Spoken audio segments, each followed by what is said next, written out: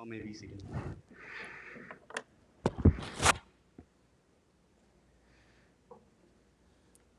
Good morning.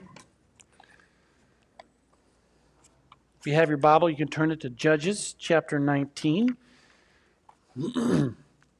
Before I get started, let me just share an announcement.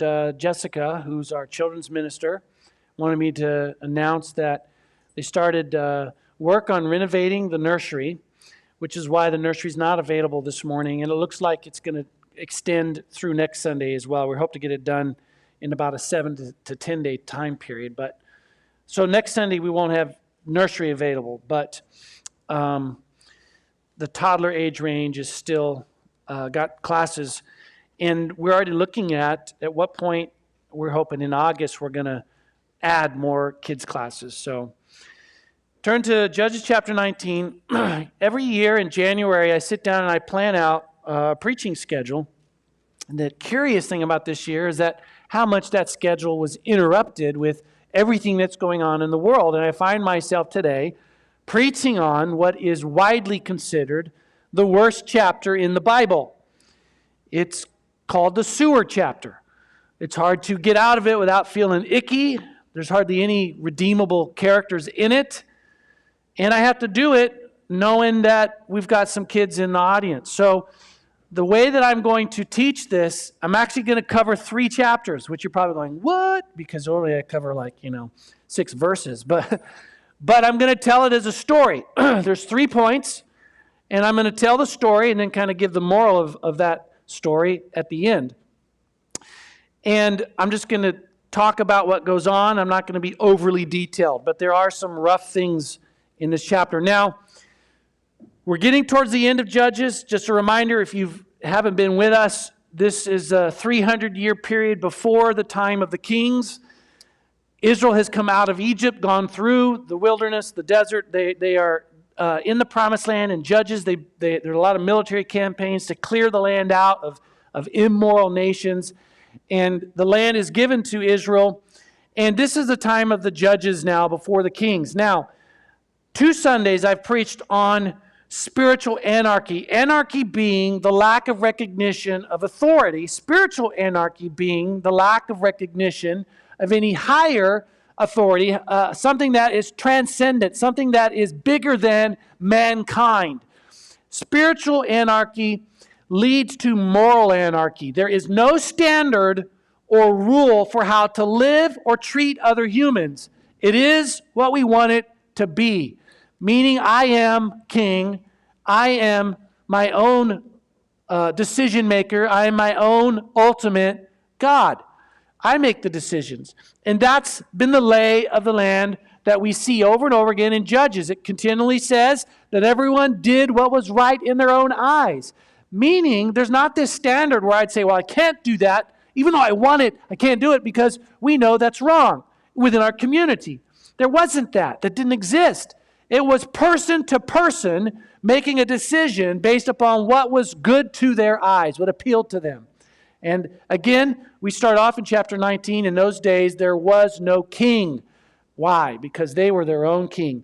And today you're going to see a peaking level of where that takes society, where it takes a culture where we live like that. So in chapter 19, now what I'm going to do, I'm not going to read 3 chapters worth of verses. I'm cherry picking so I can give you the stories. But I encourage you later to go back and just read all 3 of these chapters in sequence because they all fit together. That's why I'm telling them all together. But the main character is a guy who they don't give us his name. He's a Levite. And in verse 2 it says, "And his concubine was unfaithful to him, and she went away from him to her father's house at Bethlehem in Judah, and there was some 4 months." Now, my first point, here's the part 1 to the story, is the rape of this concubine. And it starts off by telling you, now concubine is like, it can be another word for like a second wife. It's not the main wife. And this man, this Levite, she's unfaithful to him, and that's maybe the catalyst for why she leaves. She goes back to be with her family, with her father. And she's there about 4 months. And in the story, the Levite's going to go after her. He's going to go get her. He wants to bring her back. That's his wife, to be with him in his home. And so that's how the story begins. The second part of the story, after the unfaithful concubine, is the father-in-law is not very good at hospitality. You think he's good at hospitality, but there's a selfish motive. I'm moving along to the next point. The selfish hospitality of the father-in-law. In verse 7, it says, and when the man rose up to go, his father-in-law pressed him till he spent the night there again. And that's the pattern that you see. He's like, I need to go. It's time to go. And the father, oh, no, stay, eat, be merry, enjoy the company. I mean, he wants him to stay. And he kind of has a disregard for perhaps what the best decision is for them for when they should leave. Because what happens is, finally he leaves, but he doesn't get off early enough in the day to make it where he's going. So partway into his journey, nighttime comes. This is setting the scene. And so he needs to make a decision about where he's going to stay. Now, I don't know if you've ever drove across the U.S. and you're driving along, and maybe sometimes with my wife, we're like, well, we're only going to get this far. Well, maybe we could stop at this town or stop in this city, and there's probably going to be a lot there. Generally, the question is, do they have an in and out? Okay, that's where we're staying, right? And that's a hamburger place if you don't know. But what we see is they're close to a city that's full of Canaanites. It's not Jewish. And it's actually the city that eventually becomes Jerusalem. But he says to them, we're not going to stay there. They're foreigners. We're not going to stay there. That's my next point. We're not going to stay there. We see that he avoids them in verse 12. It says, and his master said to him, we will not turn aside into the city of foreigners who do not belong to the people of Israel, but will pass on to Gibeah. So then he goes to Gibeah, but what he finds in Gibeah is that his own countrymen, his Jewish brothers, are inhospitable to him. In verse 15, it says, and they turned aside there to go in and spend the night at Gibeah. And he went in and sat down in the open square of the city, for no one took them into his house to spend the night. So it's making the point that they went there. Now the custom in this day, see, normally we might drive in and go, okay, we got to find a hotel. Who has vacancy, a room that's available, right?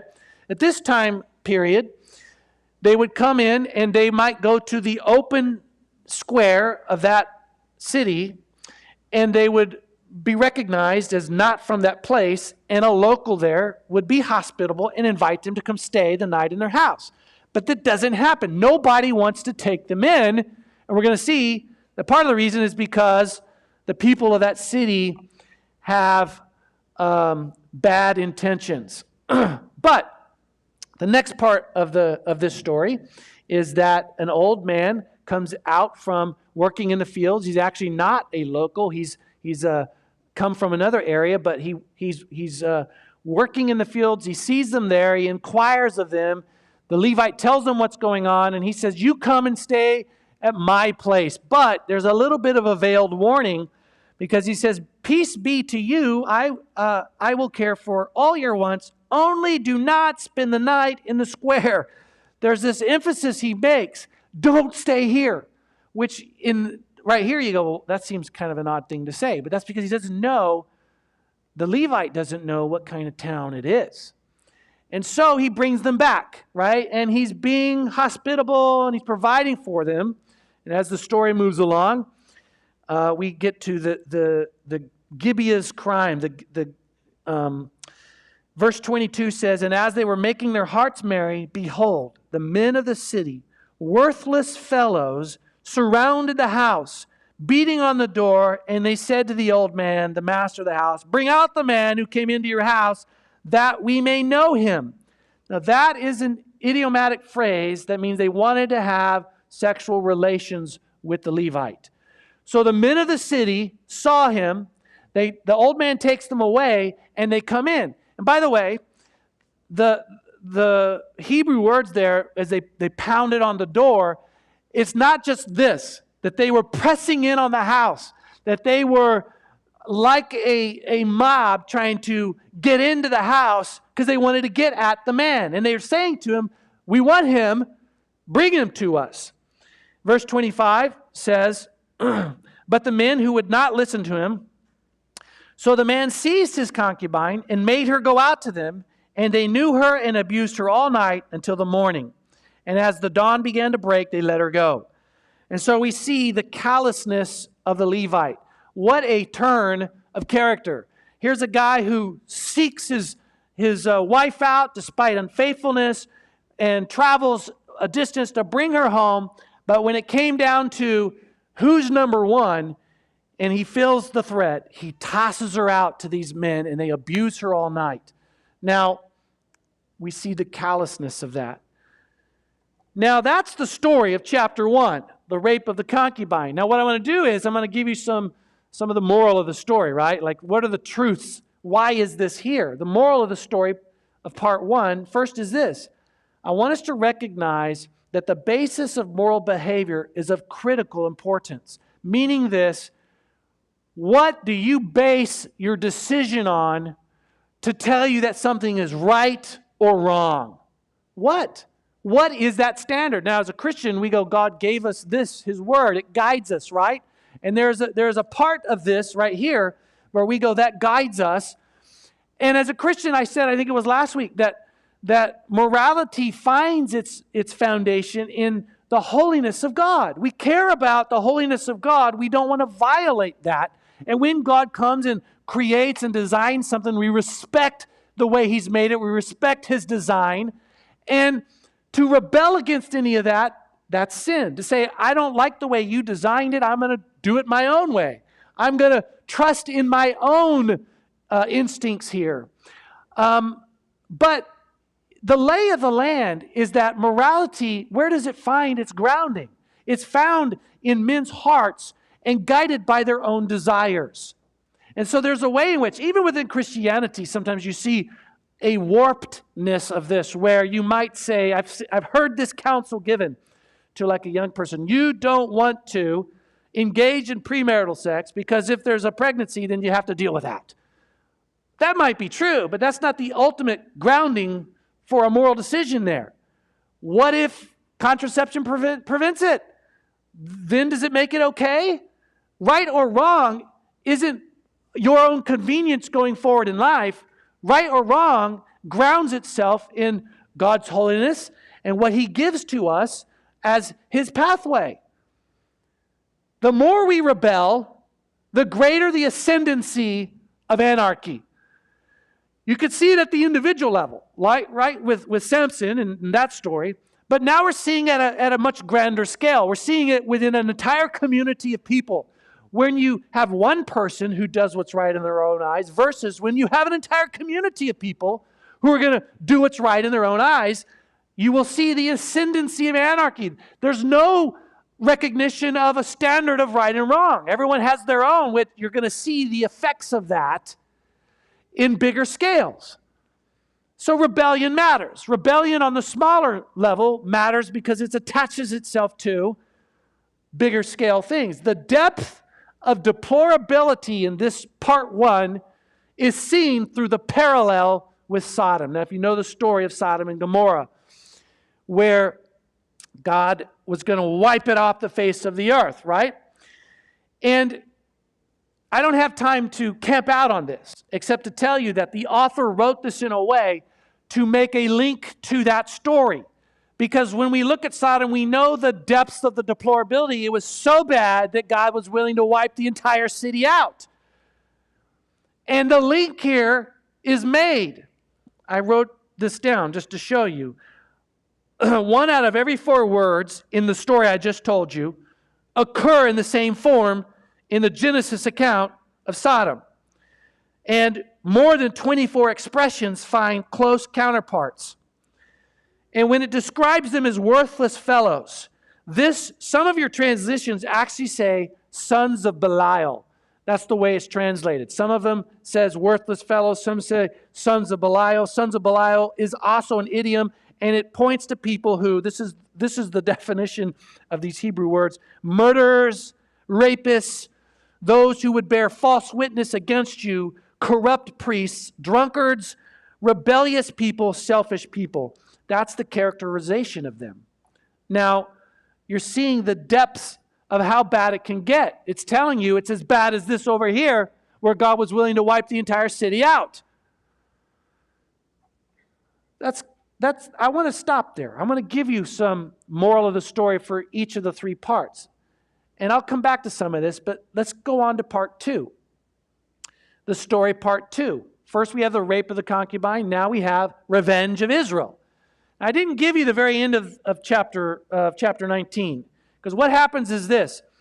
He comes out, and it says that after they abused her all night, she crawled her way back, basically collapsed on the porch, and he comes out and he finds her, and it says this. It actually says that he opened the door and he was ready to go on his way. Verse 27, he says, the master rose up in the morning, and when he opened the doors of the house, he went out to go on his way. It's like this.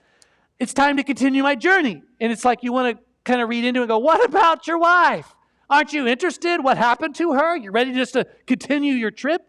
And he opens the door. There she is. And his response is, get up, woman. It's time to go. I mean, the callousness of him, right?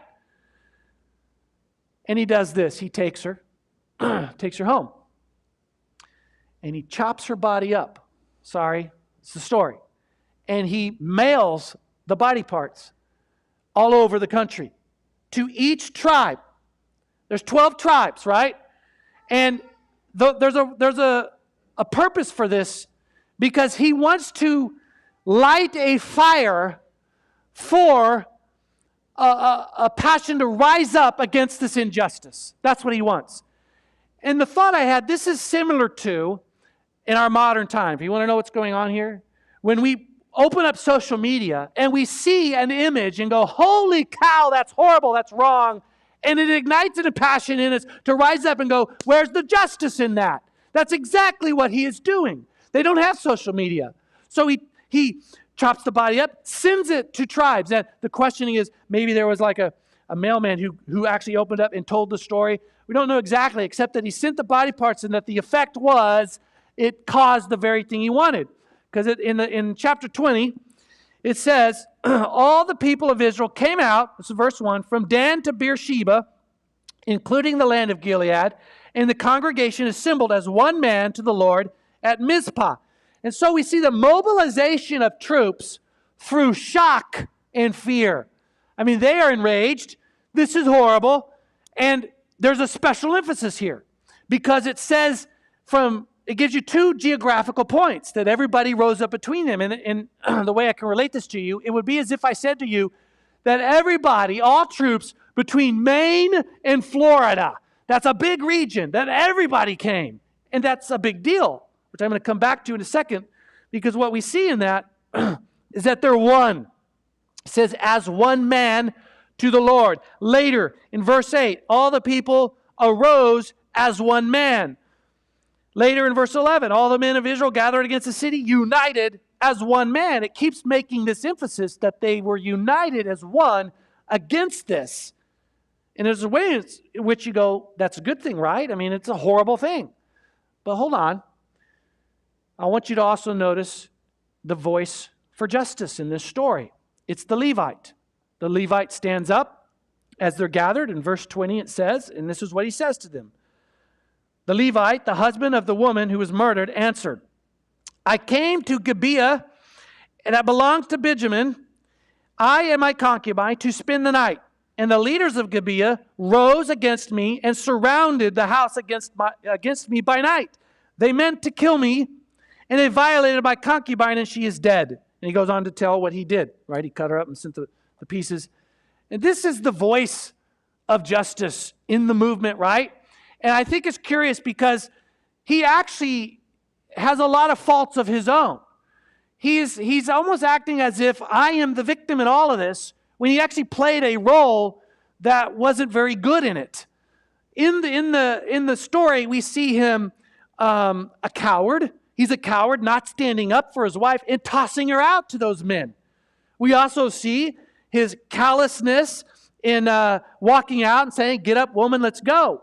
And then we see that his candor or truthfulness in it is very calculated. He tells the story or the parts of the story in such a way to make himself look the best, or the role that he would want to be seen to get the rise out of the people. It's not all complete truth. He says they surrounded and they meant to kill me. No, they meant something else. when they surrounded you. This is the voice of the movement. And then we see this. They rise up. They're mobilized. They got a voice. But the justice is rejected. Benjamin protects Gibeah. He goes, it says in verse 13, or verse 12, it says that the tribes of Israel sent men to Benjamin, saying, "What evil is this that has taken place among you? Now, therefore, give up the men, the worthless fellows of Gibeah, that we may put them to death and purge evil from Israel." But the Benjaminites would not listen to the voice of their brothers, the people of Israel. And what you see is that, so remember, Benjamin is the actual tribe. And then you have within them the Gibeonites, and they're going to protect them. They are going to stand in solidarity with the ones who actually committed the acts of sin. Rather than hearing out their brothers, they're going to stand and protect them. They reject it. Okay, and I'm giving you the pieces of the story, and then we'll talk about the moral of it all. And the last one is that this is what it all leads to. It actually leads to civil war. It leads to fighting that kills tens of thousands. And here's how the story goes. They gathered together 400,000 soldiers. There are only 26,000 for the the Benjamites, but it does say there's this special force of like 700 who could sling a rock and hit a hair. They were very good fighters. And in the first conflict in the campaign, it doesn't go well for the Israelites. They fight and they lose 26,000 soldiers, and barely a Benjaminite dies. And then they retreat. And they kind of, because of that, it makes them go before the Lord. And hey, Lord, they ask for his counsel, but then they go and they fight again a second day. And in the second day, it doesn't go well either. It says that 22,000 die. And so they retreat again. And they repeat the process. And they ask God, well, what's going on? Should we attack? And on the third time, they come up with a better plan. They do an attack that looks like the same as the first two. And as they retreat, they draw all the Gibeonites or the Benjaminites to follow after them. And when they follow after them, the main force of the Gibeonites and the Benjaminites, they have laying in wait a group that rises up behind them and goes in and strikes the city, burns it to the ground, kills everyone in it, the women, the children, utterly destroys it. And when the Benjaminites turn and see the pillar of smoke coming up, they know that they fell for the trap, and they begin to flee, and the battle turns. And in that fleeing battle, nearly every single Benjaminite is killed. And when you get to the end, there's only 600 of them left. 600 of them who retreat into the rocks and the hills to try to save their own skins. And there's a sense that you look at that and say, Israel won. But I want you to, let's talk about the truths in this that God might want us to see. The moral of the story for part 2. First of all, Israel. Sometimes the mobilization is of the flesh and not of God. I want you to consider this. How many times has Israel been asked to mobilize to fight evil? I mean, that's the pattern of the whole book. And do you know the reason it emphasized from Maine to Florida that there was such a great turnout? They got a better turnout than Deborah. They got a better turnout than Gideon. They got a better turnout than Samson for sure, who often fought by himself. How is it that Israel, there's a tragedy in the fact that the best time they can mobilize everybody to get together is to fight their own family? Never. Where was your spirit of righteousness and justice against all the other evils of the land that God actually called you to fight against, and that God gave you a military leader, a judge, to fight? You choose to show up now against your own family. There's an aspect of this that is not of God. Benjamin, we see the more you syncretize with worldly values, the more you become a Neo-Canaanite. Meaning this, consider the Levite who was traveling and looked at this city and said, that's all Canaanites. We don't want to go there. Let's go to our brothers over here. So they travel on to this city. There's our brothers. And when they get in there, you know what they find? That their own brothers, the very worst of Canaanite values exists in their brothers. Why? because their brothers had syncretized. They had amalgamated the values of Canaanites into their own culture. Over and over again, they rebelled, first in small ways, until the rebellion grows into larger ways. And then pretty soon, you're not even one of God's people. You're a Neo-Canaanite. You are of the world. You are saltless salt. You are light that doesn't shine. And then we see that God judges both Israel and Benjamin through the experience. There's a way in which you could look at it and go, God's on Israel's side. They won the battle. But we see how God weaves things together, doesn't he? We've seen this before where, I think it was the story of Jephthah, where somewhere in that story you had two evil forces rise up and one defeated the other. Neither of them were good. This is like a Western where every character wears a black cowboy hat. Like, where's the cowboy with the white cowboy hat? The good guy. It's hard to see it in the story. You look at Israel themselves are guilty of many, many things. And yet, they do come out victorious in the end. But you know what it cost them? Tens of thousands of their good men. God uses both sides to bring judgment to each other.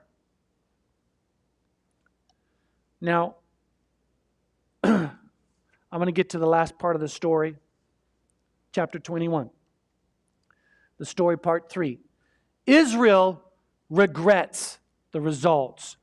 I mean, you might think, we've got this great movement and it's pure. There's a level where we can, a veneer of morality to it, of justice.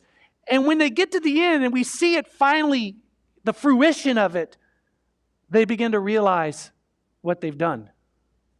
They begin to realize they're wiping out one of their brothers. One of the 12 tribes will be utterly gone. And they regret it. Like two of your children getting into a fight. And one of them mauling and maiming the other. And then realizing, man, that was my brother. That was my brother. And we see this, chapter 21, verse 2, and the people came to Bethel and sat there till evening before God. And they lifted up their voices and wept bitterly. And they said, "O Lord, the God of Israel, why has this happened in Israel, that today there should be one tribe lacking in Israel?" The people realize this is bad. The next part of this, we see that they express a desire then to make it right. Verse 7, you see the phrase that they utter. It says, "And the people of Israel had compassion for Benjamin, their brother, and said, 'One tribe is cut off from Israel this day. What shall we do for wives for those who are left?'" They want to fix the problem now. But they got some boundaries because of some limitations for how to do it. Do I have the oath next? Right? They're limited by their foolish oaths. Now, I kind of skipped over this, but what happened was, in the heat of the moment, when they all got together, back when they were mobilizing, and then there was this passion for justice, they all came together. It's like they put their hands in, we're going to do it. We're going to go after and get them. And they all made a promise to make sure that they could bring about justice, that these things they promised these to each other. Number one, no one will go home until Gibeah is attacked and destroyed. That seems right. They're the ones that perpetrated the crime.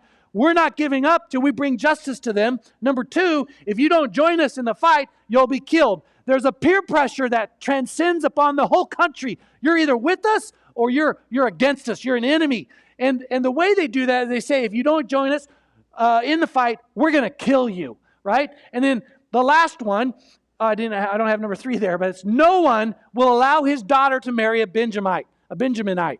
They looked at the tribe and said, we're going to utterly wipe you out, and one of the ways we're going to make sure that we wipe you out is we all make a vow that we will not give any of our daughters to you to be married. Now, imagine all that. That all was set in place in the passion of the moment for justice. And now they come to it, and they realize regret, and they see their brothers hiding in the rocks. There's 600 of them left. What are they going to do? Within one generation, they'll be gone. They can't have any kids. It's just a bunch of men. They're not supposed to marry Canaanites, foreigners. And now with all the vows, they're really trapped. We can't give them any of our daughters because we already made the vow we wouldn't do that. We can't break our vows, right? That's how much they held their vows up. And so what happens is they devise a plan to fix it without breaking any of their oaths. And essentially this is what their plan is. Number one, kill and steal. And number two, kidnap. So they're going to bring about justice through injustice, right? This is what they're going to do. So suddenly they have this realization, hey, remember from Maine to Florida, everybody showed up but one.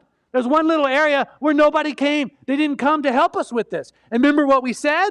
We said, if you don't join us, we're going to kill you. So let's do it. That's how we can solve this problem. They sent 12,000 soldiers to this one area, slaughtered all of them, and captured out of them 400 virgins. They need 600. They got 400. They need 200 more. So what do? How are they going to get the rest? There's no one else they could go slaughter. So then somebody remembered, this one part of the area in Shiloh, at this time of year in the festival, the young handmaidens that haven't been married, they go out and they dance in the fields. And what you can do is, we are to have an oath that says you can't give any of our daughters to them. But if you go and you hide, when they come out to dance, steal them. Then they won't be in trouble because they didn't actually give them to you. You stole them from them. So no one gets to break their oath, and we come up with 600 women for these 600 guys. That's how they solve the problem. They bring about justice through injustice. Right? So what's the moral of this story? The moral of this story, part 3, anger and emotion don't always lend itself to good counsel or justice. You see that in the beginning especially, when in the heat of the moment and in the emotion of the moment, they make these rash vows. Jephthah did the same thing. We've already learned this in the book of Judges, that they just commit to some things they should not have committed to. And in the end, they actually don't bring about justice in a pure way, because think about it. Is it really? Is justice is it what has been achieved? What about the father who saw his daughter go out into the field to dance and then suddenly she's gone? Do you think he feels that justice was there? What about the town that's slaughtered? Was justice met there?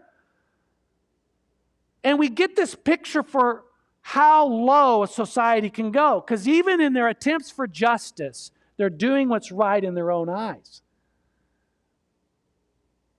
Sin has a ripple effect to others. At the very, very foundation of it all is what keeps being said over and over again. They did what was right in their own eyes. And there's a way in which it's rebellion. God says, do it this way. I'm going to rebel against it. I'm going to do what's right in my own eyes. And we tend to think that sometimes we can hide over here by ourselves. And even though I'm rebelling, doesn't matter. It's not hurting anyone. I'm over here participating in something that no one else knows about, but I'm not hurting anyone. And that's not true. The Bible theologically does not paint sin with this picture. Sin it's something that is organic, that ripples out and has effects to other people. I thought about, one of the main parts of this whole thing is the sexual immorality of the culture. So just imagine, God gives us a standard. And the standard says, I've made you, I have a purpose for you. I've made two people, I bring you together in marriage. There's a purpose for that. I create intimacy. Sexual intimacy has a purpose. It's a vehicle that superglues people together in intimacy. All of this, there's a standard. And we get away in a corner and we go, well, what does it matter if what we do between the sheets and no one else knows about it? I'm not hurting anyone, am I? And that's wrong. The way that the Bible lays it out, that sin has a ripple effect to others. Starting first with you, what it does to you. When you rebel against God, it's walling yourself off. It's stealing yourself. No feeling to what God might speak into my life. How the Holy Spirit could lead me. How God's Word might lead me. When you repeatedly rebel, you make yourself callous to that.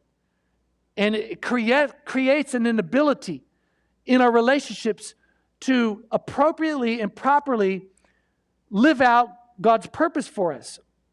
My daughter, Abby, I talk about how she loves chickens. She's outside half the day running around barefoot.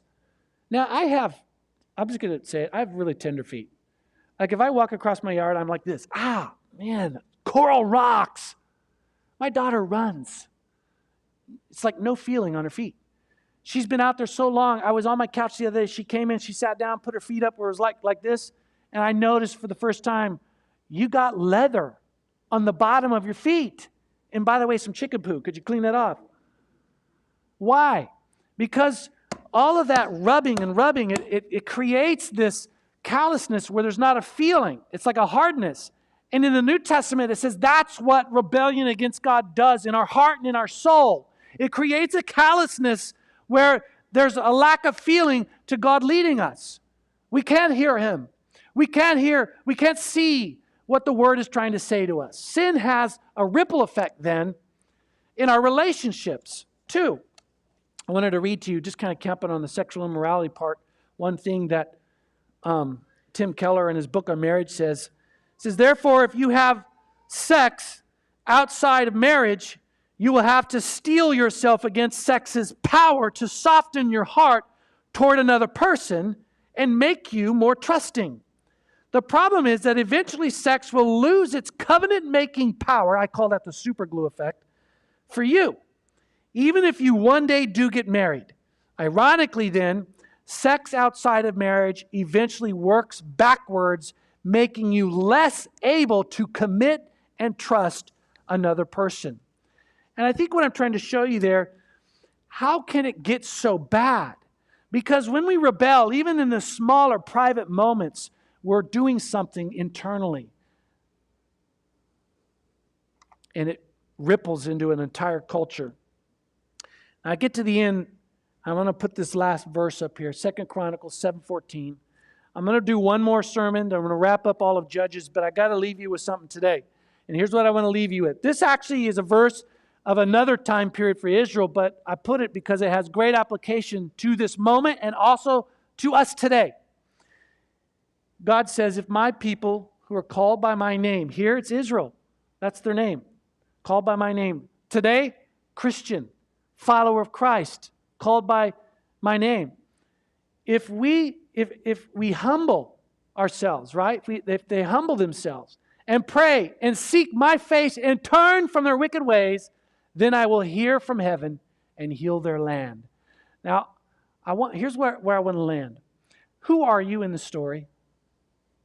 Do you find yourself in life like the Benjaminites? Romans 1 says that God, there's a point where God gives people over to their sin, where you rebel so much, you rebel, I'm going to do it on my own, I'm going to do it my own way, I'm not listening to your word, where He gives you over to that pathway, kind of like how the father just watches his prodigal son in that story walk away and go off and says, you can go on your own path. You go. You're on your own. And what we see in the stories is those who are left on their own, there's a hardness there over time.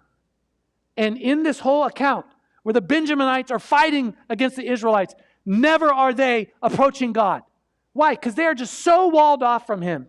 Or maybe you're like Israel. Israel, who's not total rebellion, but partial rebellion. There's a lot about Israel that they're doing right, but they're still in the process of kind of blending in with culture and adopting the values of the Canaanites. There's still a lot of bad. There's partial rebellion. But at least in the story, at least in the military campaigns, you know what? You know one way that God used it? They went, thousands of them die. They came back, oh Lord. In all their troubles, they go back to God. We don't get that account of the Benjaminites, even when there's 600 left in the rocks. They're totally walled off from God. And yet, we see that Israel, even in defeats, in the hardships that they face, they run back to God. That's the pattern of all of Judges. God can use hardships like that. But I want to show you this too. It says in verse 27 of chapter 20, it says, "And the people of Israel inquired of the Lord, for the ark of the covenant of God was there in those days. And Phinehas, the son of Eleazar," now see that word, Phinehas, that character? He lived on the front end of Judges, which means this whole story I'm giving you chronologically isn't at the end. It's actually in the beginning of that time period. But the writer puts it at the end. It's an artistic writing style. He's leaving you with something here at the end of Judges. But that word there, Ark of the Covenant, you know what that is, right? That's the thing that Indiana Jones chases after. The Ark of the Covenant, right? And that was holy. And in their system, they put it inside this room. And it was called the Holy of Holies. Nobody ever went in there. Only the high priest could go in one time a year. That's how holy it was. And it said it wasn't there. It's somewhere else. This shows you their partial disobedience. Yeah, we go to God and we pray, but the Ark of the Covenant's not even where it's supposed to be. I mean, the Holy of Holies, there's a point where the Bible describes that there's glowing light coming out of the room, a testimony to the presence of God and His holiness there. No shining light. Totally gone. Ark of the Covenant removed over somewhere else. We don't know where it is. That's why Indiana Jones has a hard time finding it, right? And it's telling you something. They're not doing everything right. And see, we get to the end, and here's what I want to say to you. The book of Judges is about God's grace. It's so much about His grace, and it's so much about the fact that God's grace is far more tenacious than His people's depravity. 2, 1, utterly walled off, like Sodom, partial rebellion, got some things right, but a lot not right. Over a period of 300 years, we see God continually being patient with them. I mean, 300 years. Some marriages don't last 3 years because of unfaithfulness. And God still is there, right on the outside, waiting for them. If they will just call me by my name and humble themselves and turn from wickedness, they're going to hear from me, and I will heal their land. You know, I hear that and I go, man, our land needs healing, doesn't it? We look at the world today and we go, there's so much about the landscape that we go, it needs healing. And there's a way in which last week where I said, we're the salt and the light. If we, as God's people, would just turn back to Him and trust Him in His Word and call on His name, that He would bring about healing in our land. And one writer, and I'm going to finish with this, said, how is it that God, I mean, look at this. Even Benjamin gets grace greater than Sodom. Sodom utterly wiped out. But look at the level of deplorability of them as a people. What they did to that concubine. Horrible! And yet they are not so low or so far that God's grace cannot touch them. He still carves out a remnant, 600, still, for them to be a tribe. You see God's grace there in the lowest of the low, and you see God's grace in the medium where they're kind of navigating life, and they got some things right, but a lot they still don't got right, and they're bringing in the values of the world. And it says, turn to me. Why? Because God, what we see is a God who wishes to dwell in the midst of a people despite their sin. I mean, Father, I just pray that we be challenged and exhorted to come back to You if we're not walking in the way that we should be, to realize the negative effects of trying to do it on our own, sometimes even trying to bring about justice, that it brings injustice to others, and that our sin has a ripple effect, and that we need to be humble. We live in an age where people hold their opinions so high. We argue on social media and we care about our thoughts so much. And yet Your Word calls us to be humble and to come to You first, to look at what you and Your Word says. And fundamentally, if Your Word says this is wrong in your life, to turn from it. To turn from it because it's a sin against You and Your character and Your holiness. And that's the process, the road back to healing in our communities, in our personal life, in our families, in our communities, in our culture.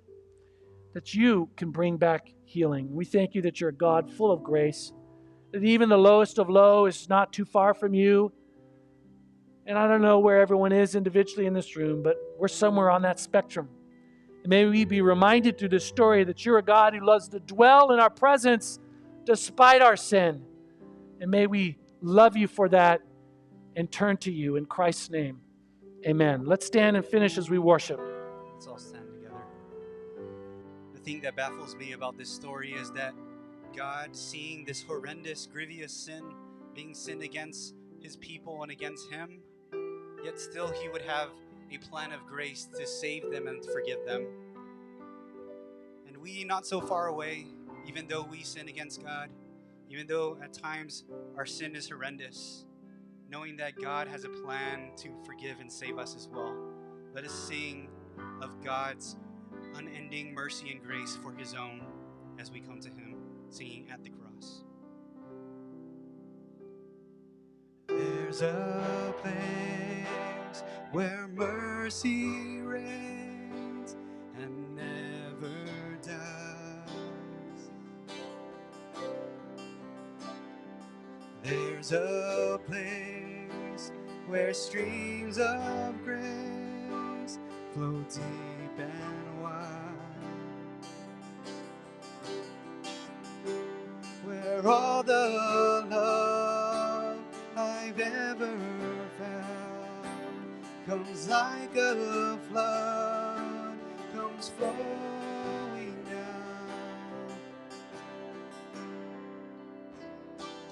At the cross, I surrender my life. I'm in all of you. I'm in all of you. Where your love ran red and my sin washed white. I owe all to you. I owe all to you, Jesus.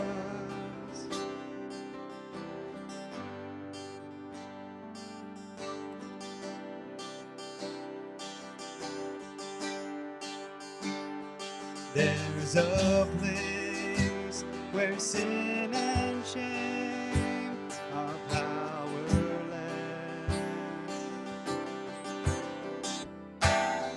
where my heart has peace with God and forgiveness,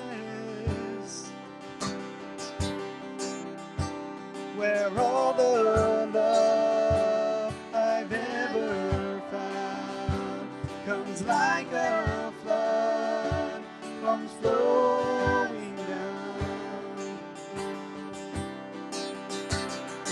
At the cross, I surrender my life. I'm in all of you. I'm in all of you. Where your love ran red and my sin washed white. I owe all to you. I owe all to you. Here my hope is found, here on holy ground. Here I bow down. Here I bow down. Here arms open wide. Here you save my life.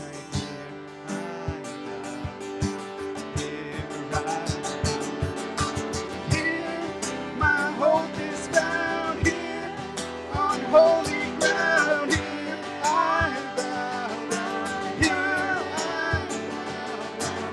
Here arms open wide. Here you save my life. Here I bow down.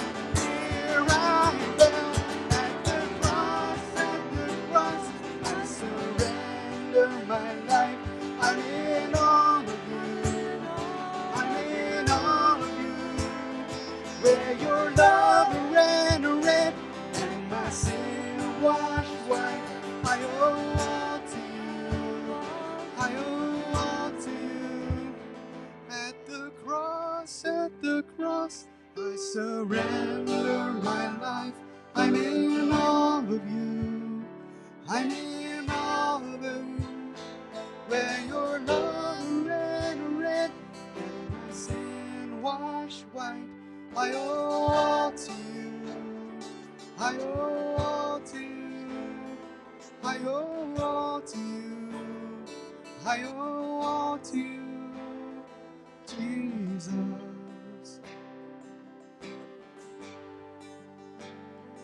Jesus.